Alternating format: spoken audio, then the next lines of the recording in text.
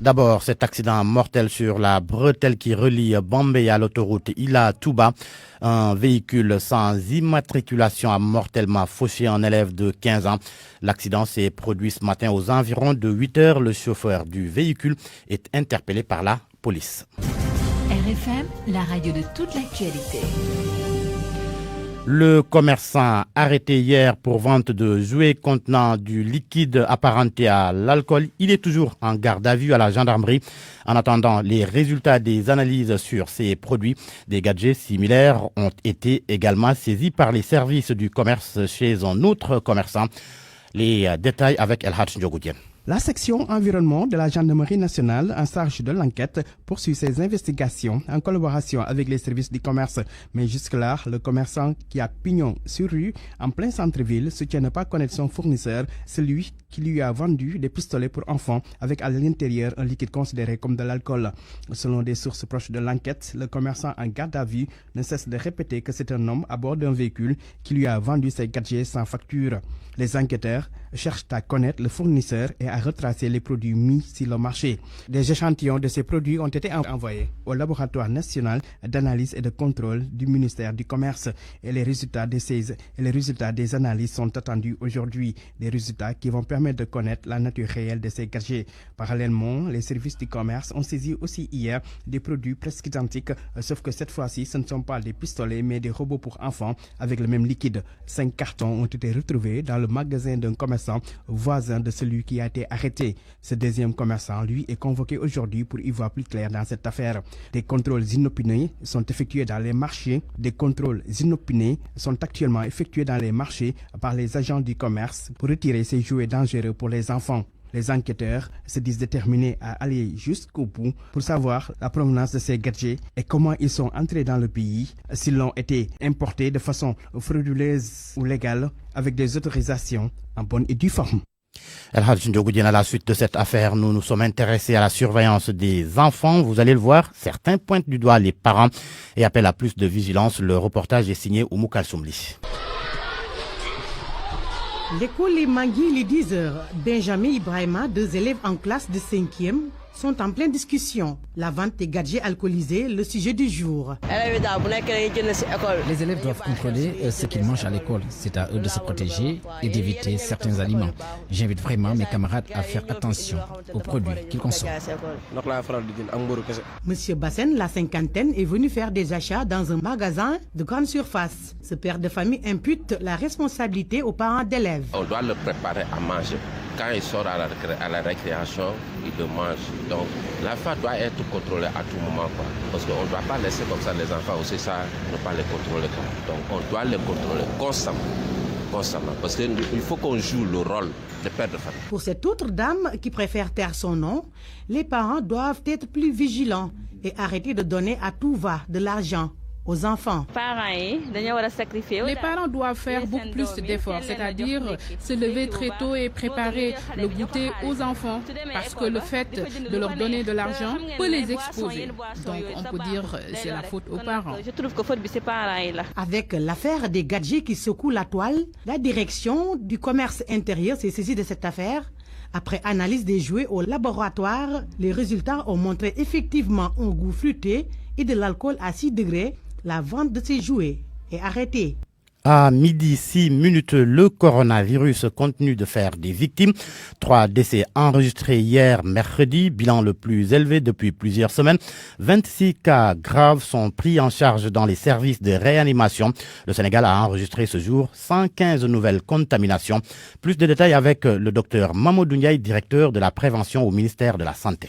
Sur 1544 tests réalisés, 115 sont revenus positifs, soit un taux de positivité de 7,45%. Les cas positifs sont répartis comme suit. Nous avons eu 52 cas contacts suivis par nos services. Aucun cas importé n'a été enregistré au niveau de nos différentes portes d'entrée aériennes, maritimes et terrestres. Et nous avons eu 63 cas issus de la transmission communautaire répartis comme suit. 9 à Dakar Plateau, 6 à Richard Toll, 5 à Louga, 3 à Kaolack, Mamel, Thiès et Touba, 2 aux Almadies, Koki, Gueule-Tapée, Liberté 6, Matam, Parcelles Assainies, Podor et Saint-Louis, 1 à Bambey, Colobane, Dara, Fanok, Grand Dakar, Grand Yoff, Keur Massar, Liberté 5, Mbour, Ourossogui, Pikine, Sacré-Cœur 1, Yarakh et Yoff. 35 patients hospitalisés ont été contrôlés négatifs et déclarés guéris. 26 cas graves sont pris en charge dans nos services de réanimation. 3 décès ont été enregistrés ce mercredi 16 décembre 2020. L'état de santé des autres patients hospitalisés est jugé stable. À ce jour, 17 451 cas ont été déclarés positifs, dont 16 384 guéris, 355 décédés et donc 711 patients sous traitement. Docteur Mamadou Ndiaye, porte-parole du ministère de la Santé. Les diabétiques, des sujets à risque face à la pandémie de Covid-19. Au Sénégal, le taux de prévalence de cette maladie chronique est de 3,5%. Spécialistes et associations sensibilisent pour un respect strict des mesures barrières à Wambaye. Le Covid-19 et le diabète, une association jugée à risque par les médecins. Plusieurs facteurs expliquent cette situation de fragilité, selon le professeur Demba Djedjou, spécialiste en médecine interne, endocrinologie et diabétologie à l'hôpital Abass Ndao. Les patients diabétiques de type 2 sont connus pour avoir une hyperglycémie, mais aussi sont connus pour avoir les facteurs de risque cardiovasculaire, parmi lesquels l'obésité, l'hypertension artérielle, mais aussi les pathologies cardiovasculaires. Ce qui fait que le patient diabétique est beaucoup plus à risque, le plus souvent de complications, si le patient a une pathologie en rapport avec le Covid-19 qui n'est pas prise en charge très tôt. Et la prise en charge des patients diabétiques Covid+, n'est pas simple, d'où l'intérêt d'une bonne prévention, ajoute le spécialiste, le professeur Djedjou. Quand le patient diabétique a une pathologie associée telle que le Covid-19, au-delà des complications connues avec le Covid telles que les pathologies veineuses thromboemboliques, le médecin qui suit le patient suivi pour Covid tel que le patient diabétique doit au-delà prendre en charge le déséquilibre hypoglycémique, mais aussi doit prendre en charge les facteurs de risque cardiovasculaire, ce qui fait que la prise en charge des patients diabétiques qui ont Covid devient de plus en plus difficile, d'où la nécessité de la prévention. Le président de l'Association sénégalaise de soutien aux diabétiques déroule les règles de prévention qu'il juge essentielles dans cette période de pandémie. Le diabète est présenté comme un sujet à risque. Il faut effectivement faire attention. Et faire attention, c'est d'abord au niveau individuel, ensuite au niveau collectif. Au niveau individuel, chaque personne étant diabétique doit premièrement respecter son régime alimentaire, deuxièmement aussi respecter son agenda en termes de rendez-vous médical. Et ensuite, respecter avant tout les mesures barrières, c'est-à-dire porter le masque, ensuite l'usage du gel hydroalcoolique. Même si les diabétiques sont des sujets à risque face au Covid-19, Baye Oumar Gueye pense inutile de tomber dans la panique puisque, selon lui, la maladie à coronavirus peut toucher toutes les couches de la population et les messages de sensibilisation doivent être destinés à tout le monde, à tous, sans distinction. À Ziguinchor, la campagne de distribution de masse de médicaments contre les maladies tropicales négligées, fortement rejetée par la population. Le service régional de l'éducation et de la formation de la région médicale dit avoir constaté un fort taux de réticence.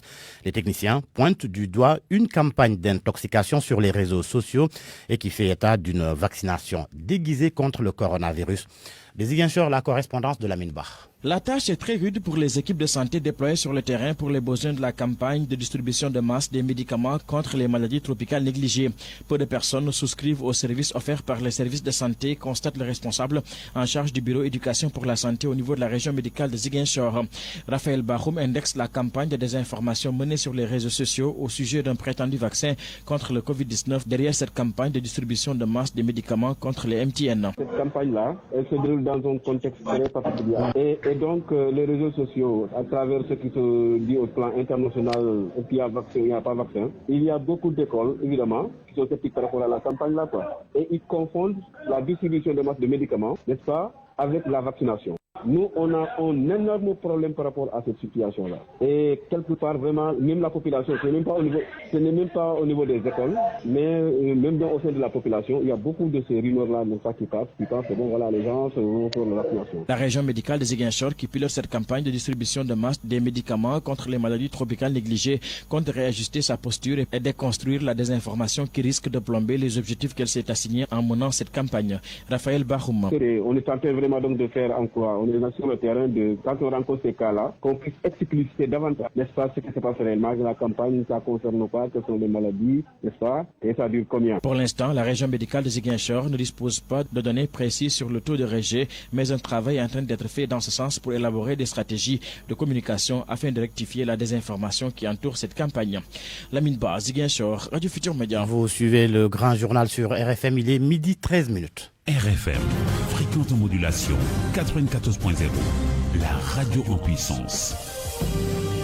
Le mouvement Y en a marre déterminé à se battre contre un troisième mandat du président Macky Sall. Il partira de gré ou de force en 2024 selon le coordinateur de ce mouvement citoyen. Aliou Sané déclare que le combat sera mené avec l'ensemble de la jeunesse africaine. Aliou Sané était l'invité de RFM Matin. Macky Sall, il partira et c'est à lui de choisir de quelle manière il partira.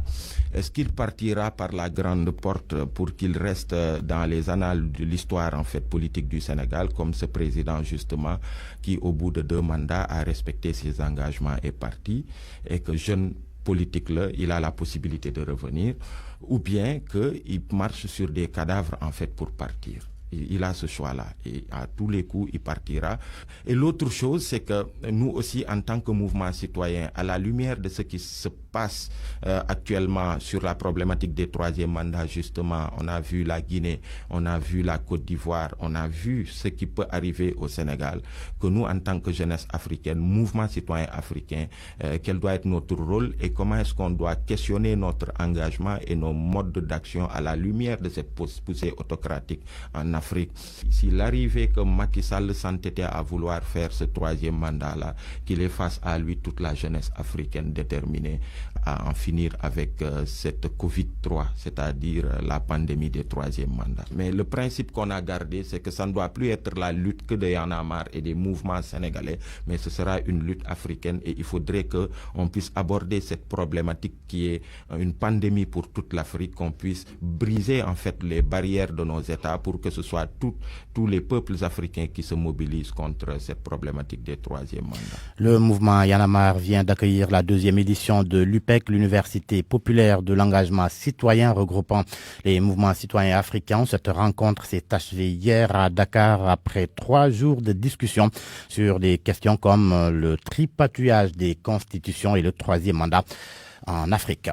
Un projet de loi qui fait du baume au cœur des concernés, celui relatif à l'architecture et à l'exercice de la profession d'architecte.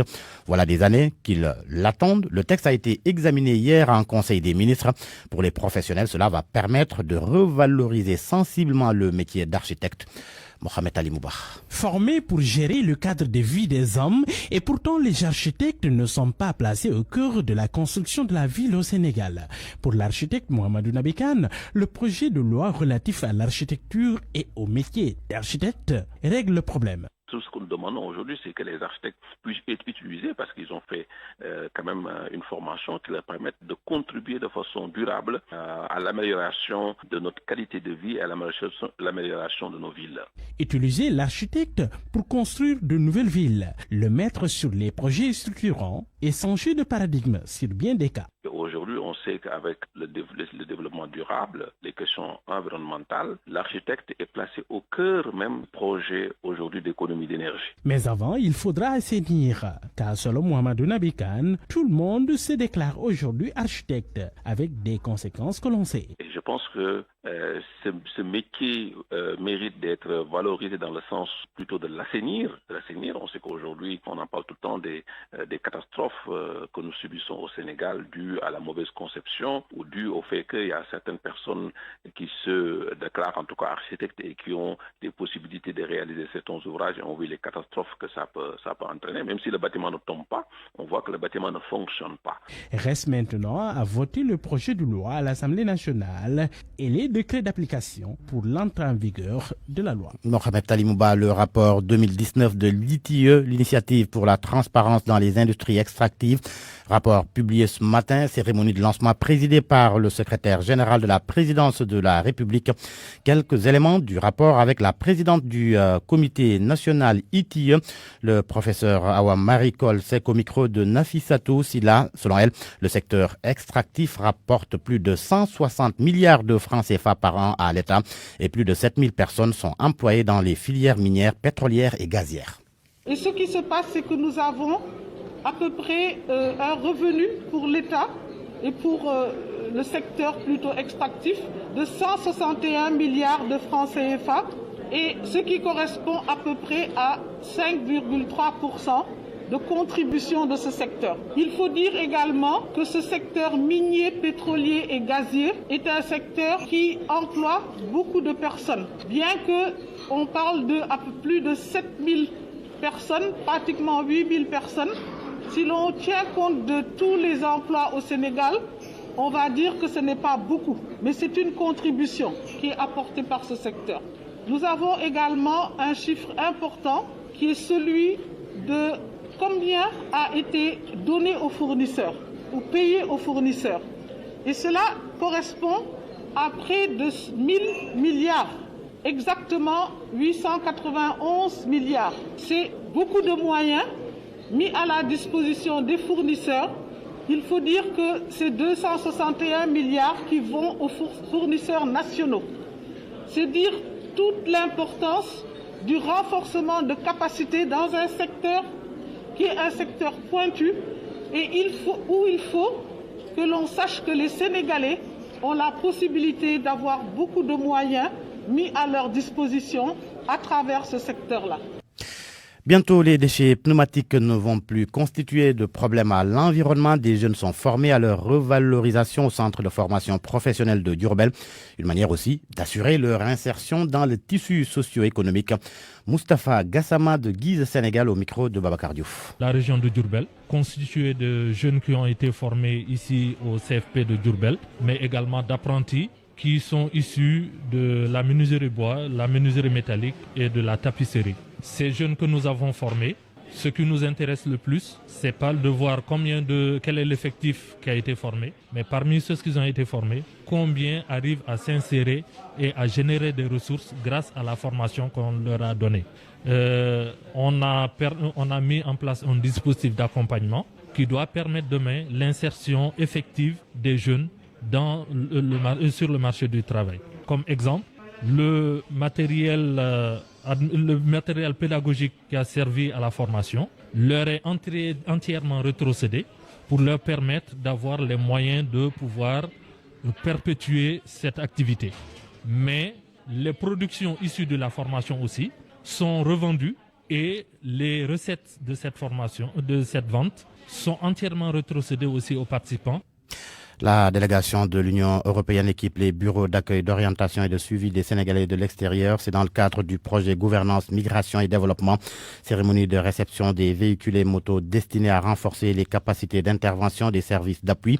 Conseil des migrants, la direction d'appui aux Sénégalais de l'extérieur et les bureaux d'accueil, d'orientation et de suivi des Sénégalais de l'extérieur. Cérémonie donc à 12h30 dans les locaux du ministère des Affaires étrangères. Ce sera sous la présidence de Aïssata Tall Sall en présence de l'ambassadeur de la délégation de l'Union européenne. RFM. L'actualité internationale. Bonjour Anna Rocha. Bonjour Georges Détier. Guinée-Bissau, le président de la République déterminé à dissoudre le Parlement.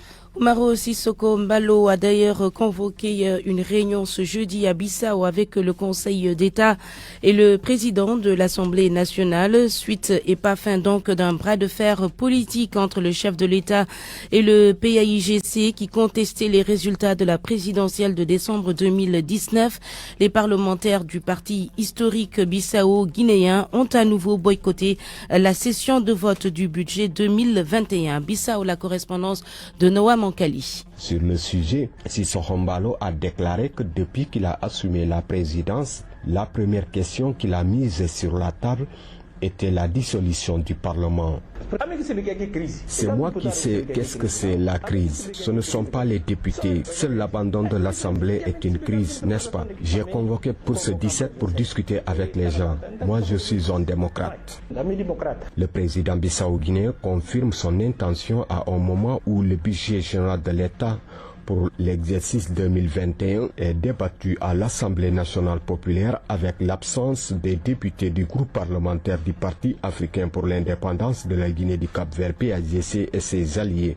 Acte que le chef de l'État Oumar Sissoko Embalo a considéré comme une attitude incohérente des députés du PAIGC. Toi, tu perçois le salaire de celui qui te paye et pour approuver son budget, tu abandonnes. Alors qu'hier tu as approuvé ton budget et qui doit te payer ce budget? Est-ce que tu as une machine de fabrique d'argent? Mais je vous garantis qu'en Guinée-Bissau, nous allons vivre en paix dans un respect mutuel.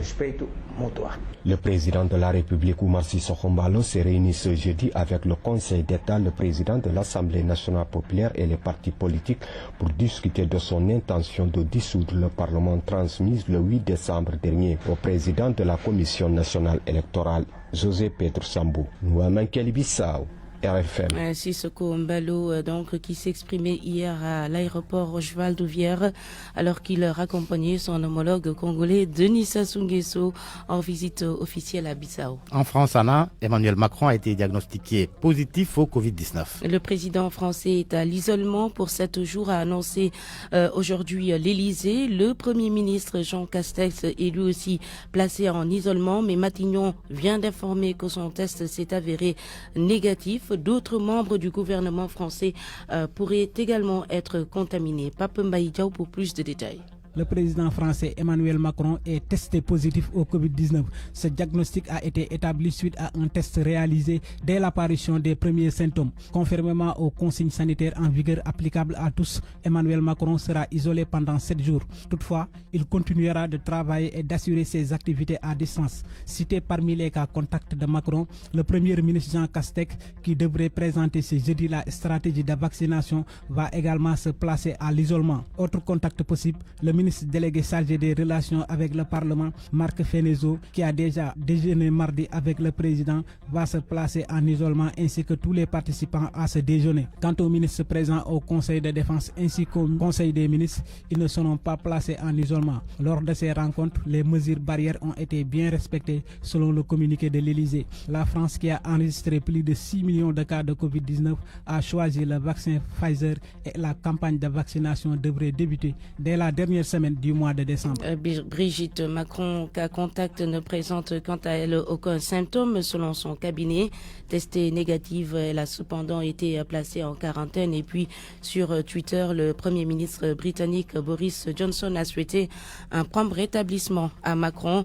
Boris Johnson, lui-même victime d'une forme grave de Covid-19 en avril dernier. Pendant ce temps, Anna, la situation de la pandémie est de plus en plus dramatique aux États-Unis. L'université Johns Hopkins annonce que le pays a enregistré hier mercredi plus de 3700 morts et 250 000 cas de Covid-19 en une seule journée, un record depuis le début de la pandémie. RFI ajoute que plus de 110 000 personnes sont par ailleurs actuellement hospitalisées à cause du virus, Georges. Merci Anna Rocha.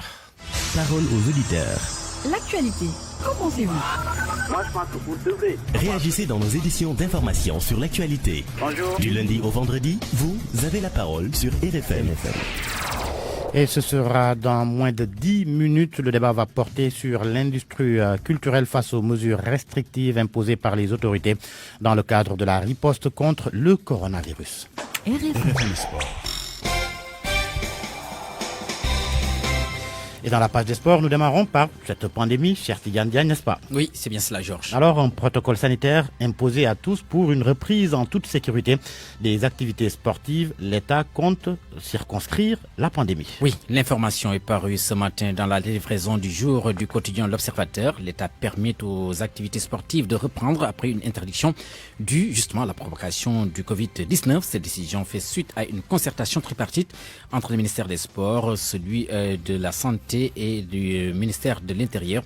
Nous allons écouter là-dessus Soda Thiam qui a eu à interroger quelques acteurs du monde sportif. La reprise des activités sportives annoncée par le quotidien L'Observateur de ce jeudi serait un ouf de soulagement pour les acteurs sportifs. Le directeur de la Ligue sénégalaise de football professionnel souhaite que cette annonce soit officialisée. Amsata Fall. Parce que nous avons travaillé parce que nous savons qu'aujourd'hui les conséquences par rapport en tout cas à une non-reprise seraient assez lourdes pour d'abord les acteurs qui sont les joueurs et les sportifs d'une manière générale, mais également par rapport disons aux autorités sportives relativement en tout cas à leur investissement qu'ils sont en train de faire depuis l'annonce de cette reprise. Si cette information devrait être officialisée dans les jours à venir, je peux vous dire que ce sera une bouffée d'oxygène en tout cas pour le landerneau sportif en tout cas sénégalais. Du côté du basketball, cette décision vient au moment où la fédération annonce une reprise du championnat pour le 2 janvier 2021. Le président de l'AS Ville de Dakar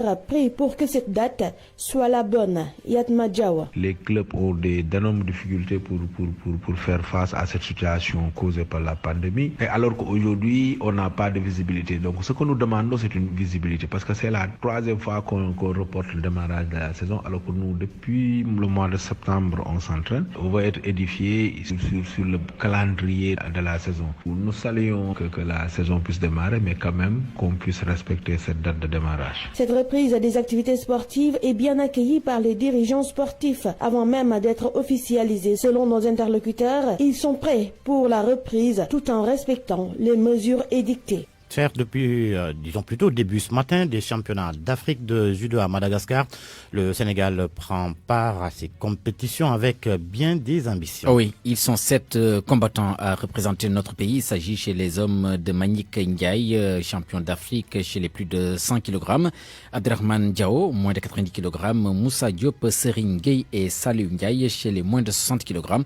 3 combattants seront en lice chez les dames, Monica Sagnan, plus de 118 kg, ainsi que Fatou Diop et Anna Sigafay, champion d'Afrique junior chez les moins de 103 kg.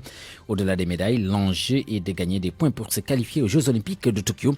Plus de 30 pays participent au championnat d'Afrique de judo qui se tient du 17 au 20 décembre. Donc c'est à Madagascar. Et nous avons interrogé ce matin Maître Nafissatou Gueye. Elle est la vice-présidente de la Fédération de judo. Elle est interrogée par Youssouf Bodian et se trouve actuellement à Madagascar. Pour l'instant, c'est que le moral des troupes, c'est bon. On s'entraîne à l'hôtel. On est resté dans une bulle. Donc, on va faire hôtel Palais des Sports. On est vraiment en équipe très soudée avec une entraide. Les judokas s'entraînent. On a une salle qu'ils nous ont mis à disposition à l'hôtel. Il y a une salle de fitness. Donc, comme avant les compétitions, quand la délégation arrive. Donc l'entraîneur s'est mis avec le judoka pour gérer les poids, pour gérer l'entraînement, pour faire les derniers réglages et se sentir bien avec le décalage horaire qu'on a et nous approprier les lieux, on va dire. On a fait des engagements, donc ils sont tous engagés. Hier, on a eu le tirage au sort. Il nous reste que la catégorie des 63 kilos qu'on va refaire aujourd'hui parce qu'il y avait un petit problème technique, je pense qu'il était réglé en fin de compte. Et voilà, donc tous les tirages sont sortis. Donc tous les athlètes, ceux qui combattent aujourd'hui, ceux qui combattent samedi, connaissent déjà leur premier adversaire. En lutte chère, le CNG et les arbitres trouvent un consensus. Tout est réglé. Oui, toutes les revendications ont été satisfaites par la structure dirigée par Ibrahim Sen Bira, ce qui permet de repartir sur une base nouvelle, selon Pierre Malingom, membre de la commission centrale des arbitres de lutte. On l'écoute. Nous avons effectivement tenu une réunion en toute responsabilité avec les membres du bureau du CNG sous la présidence de M. Birassen et son équipe. Et la doléance principale dont vous faites cas, l'arrêté a été sorti. Sitor Ndour est membre du bureau exécutif et il est président de la commission centrale des arbitres. Et par rapport au point du mémorandum, nous avons discuté avec une équipe très responsable et très ouverte au dialogue. Nous aussi, nous avons fait cas de tous les points qui faisaient partie du mémorandum et ensemble, nous avons essayé de trouver des solutions. Donc, ce qu'on peut retenir des points, une satisfaction a été trouvée et il y a des points sur lesquels la discussion va se poursuivre, mais en attendant, retenons, nous formons une seule équipe et la page sombre qui était là a été tournée. C'était une mauvaise passe que je peux dire entre la commission et le bureau exécutif. C'est définitivement tourné Et ensemble, nous voulons tous œuvrer, nous souder pour œuvrer afin que cette équipe qui vient d'être nommée par le ministre des Sports Matarba, que nous saluons au passage, que cette équipe puisse réussir la mission qui lui est confiée. Les arbitres étaient en nombre représenté parce qu'ils étaient venus de toutes les régions en quelque sorte, Ziguinchor, Kaolack, Fatick, Diofior, Diourbel, Thiès et Dakar. Donc ils étaient tous de la partie et ensemble nous avons réfléchi pour voir dans quel sens nous pouvons continuer à collaborer et à travailler pour la lutte qui nous est chère. Voilà, Georges, on termine avec le foot en Angleterre. 2 matchs sont au programme pour la clôture de la 13e journée. Manchester United, 9e au classement, s'oppose à 20h à Sheffield United, dernier avec seulement 1 point.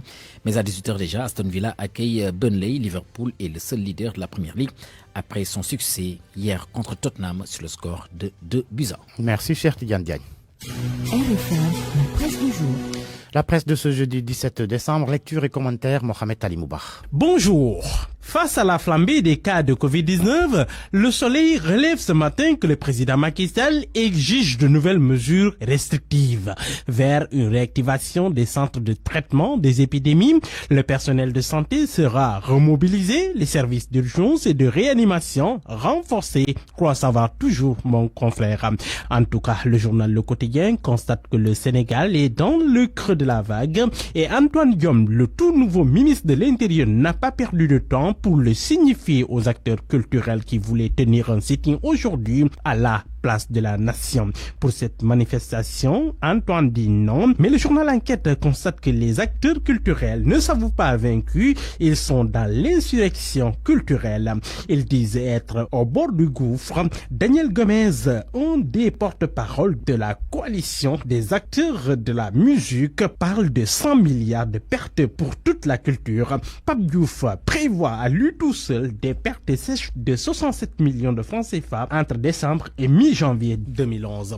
Et apparemment, ce n'est pas demain la veille, car selon toujours Enquête, la rencontre d'hier n'a rien donné et l'on va vers l'adoption de nouvelles mesures plus restrictives. La Covid-19, pendant qu'on y est comptes et mécomptes autour de l'argent destiné à la presse et au monde de la culture, on trouve de 2 milliards de francs CFA constatés. Les acteurs de la presse et ceux de la culture fulminent. Cherchez du côté du ministre Abdoulaye Diop, nous n'avons rien reçu des fonds force Covid-19 à martelé Mamadou Ibra Kane, le président du CEDEPS, patron des patrons de presse. À présent, l'affaire du contrôleur des impôts et domaines, spécialiste du banditisme foncier. Libération évoque ce matin la piste d'une vaste mafia. Il s'agit de 2 opérations foncières à Ngor portant sur 400 millions de francs CFA. Ces autres fausses attributions de terrain retrouvées chez le directeur général de Mar Group Imo, Ikwe hier. Babacar Dia et sa bande, 5 complices en tout, ont passé leur première nuit en prison.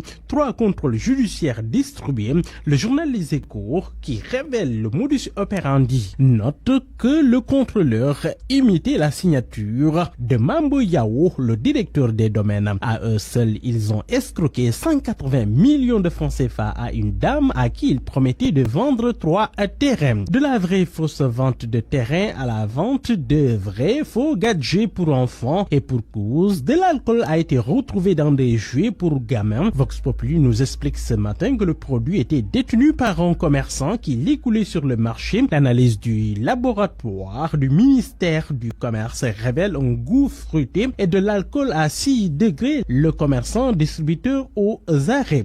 À l'arrêt où presque les usines de la Sonacos, faute de graines à triturer, Fada et ses travailleurs se rongent les pouces.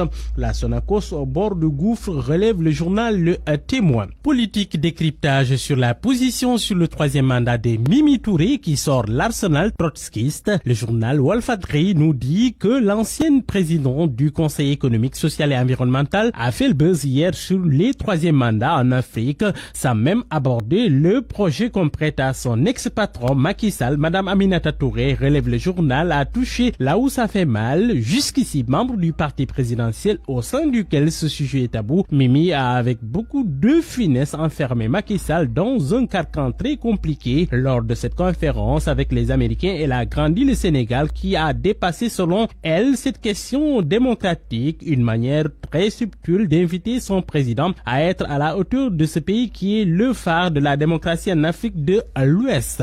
Dans le journal L'Observateur, les misères d'un médiateur de la République ABC se confessent chez nos confrères. La médiature ne dispose d'aucun matériel roulant. Le médiateur n'a pas de véhicule de fonction. Aline Badara Cissé de poursuivre. Compte tenu des enjeux énormes de la SAGE, je ne peux pas me plaindre, piailler ou pleurer, dit-il encore avant de finir par dire qu'il n'est pas quelqu'un qu'on menace. Sport pour boucler dans le journaliste quotidien, le prix The Best 2020 décerné ce jeudi par la FIFA. Lewandowski va-t-il détrôner enfin Messi et Ronaldo? En tout cas, le confrère donne rendez-vous tout à l'heure pour la réponse. Bonne lecture à tous. Point de vue. Regard croisé sur l'actualité du jour.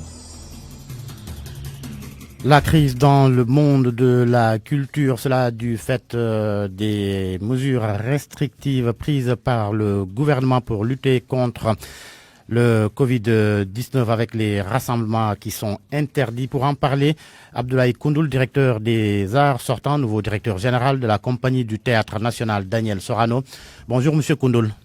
Bonjour Georges. Avec vous, Robert Lahoud, musicien, instrumentiste, président de la coalition interprofessionnelle des producteurs du Sénégal. Bonjour Robert Lahoud. Bonjour. Alors Robert, quel est l'impact de la crise dans l'industrie culturelle au Sénégal avec ces restrictions prises par le gouvernement pour endiguer le virus? Je dirais que les musiciens de toute leur vie n'ont jamais vécu une année aussi dure, aussi cruelle. Parce que ils ont subi les interdictions depuis le mois de février. Vous savez, ils n'ont pas pu exercer leur profession. Il y a eu franchement beaucoup de dégâts. Il y a des gens qui ont été abandonnés par leurs femmes avec les enfants. Il y a eu des gens qui ont été des gens qui n'avaient même plus de famille. Les musiciens ne sont pas salariés. Les musiciens n'ont pas d'indemnité chômage ou ils vivent au jour le jour. On les a sacrifiés pendant 9 mois. Et le plus grave, c'est que pendant le mois de décembre, c'est là qu'eux, ils peuvent gagner l'équivalent de ce qu'ils gagnent toute l'année. Et aujourd'hui, les mesures sont de plus belles. Et je vous dis, les musiciens n'ont pas travaillé depuis le mois de février. Nonobstant, il y a eu plus de 16 000 cas, il y a eu plus de 300 morts. Et Dieu merci, pratiquement aucun musicien n'est mort de cette maladie et personne n'a contracté cette maladie dans les salles de spectacle. Donc, à quoi joue le gouvernement? C'est une grande question qui peut se poser. Mais Robert, entre l'impératif de préserver la santé des populations et une reprise des activités culturelles, où se situe selon vous la priorité? Non, vous savez, arrêter les activités culturelles, ce n'était pas ça la priorité. Le virus, il circule dans les marchés, où les gens ils s'entretassent. Le véhicule circule dans les bus, dans les cars rapides. Vous comprenez? Le véhicule ne peut pas circuler dans un endroit où toutes les mesures sont respectées. Vous savez, c'est moins grave d'aller à l'école, encore que l'école est nécessaire, c'est moins grave d'aller à l'école que d'aller dans une salle de spectacle. On veut nous faire croire que le virus vient de non. Les faits ont prouvé le contraire. Ça fait 10 mois qu'on n'a pas exercé et néanmoins il y a eu 16 000 cas et plus. Il fallait regarder du côté des marchés publics, il fallait regarder du côté des mosquées. Le vendredi, tout Koloban est barré à cause de Masalikul Jinan. Il y a des milliers de personnes qui déferlent. Tu comprends? Si ça n'a pas amené le virus, donc plus rien ne peut amener le virus. Vous comprenez? Moi, voilà mon raisonnement. C'est-à-dire, on a réglé un problème par un autre problème. Voilà, et encore, on n'a rien réglé du tout en fait. Alors, je reviens à vous, Robert Lahoud. Abdoulaye Koundoul, les acteurs de la culture ont élaboré un plan de relance lors d'un atelier qui remonte à plus de 2 mois maintenant. Où en est-on? Merci. Je voudrais saluer mon ami Robert et vous remercier aussi de l'opportunité que vous nous donnez ici de parler d'un dossier qui nous intéresse et qui intéresse la plus haute autorité au plus haut point. Donc, malgré bien sûr l'appui appréciable de l'État à travers le fonds Covid, nous savions très bien que le milieu artistique allait continuer encore à subir longtemps encore les contre-coups de cette pandémie. Et d'ailleurs, c'est conscient de ces risques réels que le président de la République, protecteur des arts et des lettres, a, au cours du Conseil des ministres du 16 septembre, donné des instructions au ministre de la Culture de lui présenter un plan spécial de relance du secteur. Aussitôt après, nous avons contacté tous les secteurs, les acteurs de tous les secteurs, et on s'est retrouvés au Grand Théâtre du 30 septembre au 2 octobre. Et ça a été l'occasion de passer en revue la situation réelle du secteur. Et bien sûr, vous pouvez déjà imaginer que c'est une situation de décrépitude totale. Et voilà, les acteurs sont complètement désorientés. Mais il nous fallait réfléchir pour voir comment arriver à une reprise des activités, mais en présentant une capacité à aplatir la courbe d'évolution de la maladie, atténuer aussi une recrudescence des cas de Covid, de façon intelligente, planifier le rebond immédiat, mais aussi jeter les bases de cette relance-là, axée sur la mise en relief de la dimension économique, la prise en compte des aspects liés au genre, etc., la décentralisation. Bref, une reprise globale de l'activité en tenant compte même des difficultés antérieures qui ont été identifiées. Mais aujourd'hui, au regard du rebond de la maladie, est-ce que la mesure prise par le ministre de l'Intérieur en interdisant les rassemblements, fermeture des salles de spectacle, est-ce que cette mesure, selon vous, se justifie ? Oui, moi je pense que cette mesure se justifie bel et bien, de la même façon que d'autres mesures aussi ont été prises de façon générale, qui impactent tous les autres sous-secteurs. L'impératif de la vie, quand il est là, moi je pense qu'il n'y a pas un autre choix possible. Ce qu'il y a maintenant, c'est de réfléchir de façon intelligente pour voir comment, et c'est l'occasion de remercier d'ailleurs les acteurs qui sont regroupés autour de la CAM, et qui avait autant, si vous vous souvenez bien, rencontré le ministre de l'Intérieur, excusez-moi, et qui lui avait présenté un bon plan, vraiment qui permettait d'ouvrir tout de suite les débits de boissons et permettre aux acteurs de s'y produire. Cela a été fait avec un protocole bien réfléchi, un protocole bien calibré, mais la situation a changé. Tout d'un coup, on a vu qu'il y a une recrudescence encore. Moi, je pense que c'est logique qu'on s'arrête un tout petit peu, le temps de voir et d'évaluer la situation avant de continuer. Et c'est d'ailleurs ce qui est ressorti de la rencontre qu'ils ont eue avec le ministre de l'Intérieur, qui dit qu'il n'est pas contre une reprise. Il faudrait que les gens vivent, mais de leur art, il faudrait qu'ils puissent travailler, mais il faudrait aussi qu'ils vivent. On ne peut pas aujourd'hui quantifier le taux de contamination et pouvoir orienter un peu les origines pour dire que cela vient de là ou là. Ce qu'on fait, c'est apprécier globalement que la situation est en train donc de dégénérer. Quand c'est le cas, écoutez, il faudrait qu'on s'assied et qu'on prenne de nos responsabilités. Maintenant, que l'État réfléchisse sur des mesures d'accompagnement comme il a eu à le faire antérieurement quand la pandémie était là, mais ça aussi, je pense que c'est du ressort de l'État. C'est des travailleurs, ils doivent vivre comme tout le monde. Et s'ils sont impactés, je pense que l'État aussi a le devoir d'avoir un regard bienveillant sur cette catégorie-là. Abdoulaye Koundoul, je reviens à vous dans un instant. Alors, Robert Lahoud, votre rassemblement de cet après-midi n'aura finalement plus lieu. Autre manifestation prévue le 23 décembre. Aujourd'hui, vous vous inscrivez dans quelle dynamique?